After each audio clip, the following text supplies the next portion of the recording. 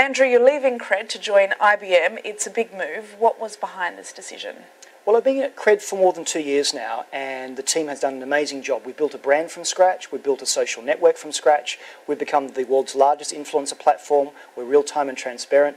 I've been involved in startups for something like 12 years now, so what I'm looking to do is use all that learning over the last 12 years and use that with a larger company, and IBM seems like the perfect fit. And what was it that attracted you specifically to IBM?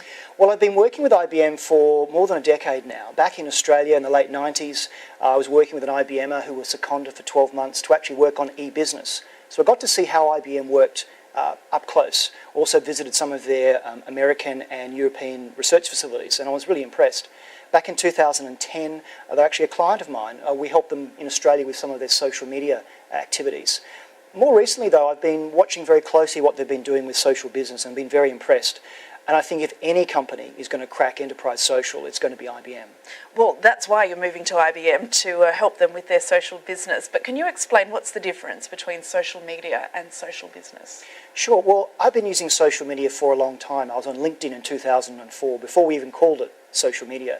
And what I've seen happen is companies are still struggling as to how they go beyond the marketing department, beyond just Twitter and Facebook, and actually, inject what we know about social deep inside the organisation. I think social business works on two levels. First of all, it's technology. Have you got the right technology to actually allow what happens outside the organisation to come inside the organisation? The next point is the culture. Are you able to change the culture to be ready for social business? So I think it's not just about technology and social media, it's about embedding this deep inside an organisation. And what benefits can businesses gain from this social business? Well, all the things that we've seen happen on social media, imagine being able to inject all of that deep inside an organisation. Imagine the product development department knowing firsthand what people think of their product. Imagine the HR people being able to find those rock stars that are hard to attract talent to your organisation. I think companies that really harness social business will actually do so externally to deal with people that are talking on social media. They'll also use it internally and actually allow people to collaborate and have messaging within the company be more streamlined. So I think those that get it right will have a real benefit from social business. Does this mean, though, that you won't be blogging or tweeting as much now that you're at IBM? One of the great things about IBM is they actively encourage people to blog and tweet right from the top. So you can expect that my blogs and tweets will continue just as before. How do you think social will be viewed by large companies in a year's time, say? Well, I think 2013 has been a real transition year where those that started early with social media have really harnessed that quite well. And into 2014, they'll start leapfrogging their competitors and then some. Perfect example of that is Burberry.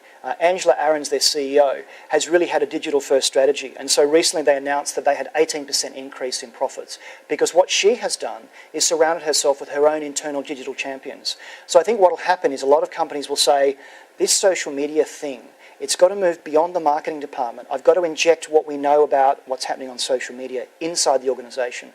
I've got to change my culture. I've also got to get people inside the organisation sharing internally just as they do externally. So I think in 2014 we'll have the ones that really get it, absolutely leapfrogging competitors, and the ones that have started out and playing with it will hopefully be experimenting further into the organisation. IBM is a pretty large and established company. How do you think you'll be able to make a difference?